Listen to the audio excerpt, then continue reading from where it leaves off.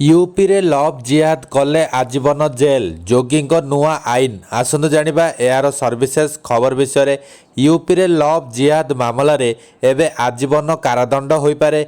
UP बेआईन धर्म परिवर्तन निषेध तथा संशोधन बिल 2024 सोमवार विधानसभार मौसुमी अधिवेशन में आगत होइछि।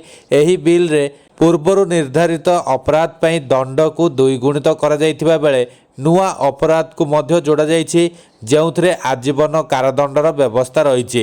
एभली स्थिति रे यूपी लव जिहाद आजीवन कारादंड पर्यंत दंड हेबापई एक संशोधित बिल गृह में आगत होइतिला। सूचनायोग्य उत्तर प्रदेश जोगी सरकार 2021 रे ही उत्तर प्रदेश बेआईन धर्म परिवर्तन निषेध बिल 2021 गृह में पारित करथिले, जहाँ पर संशोधित बिल 19 जुलाई 2024 सोमवार आगत करा जाइछि।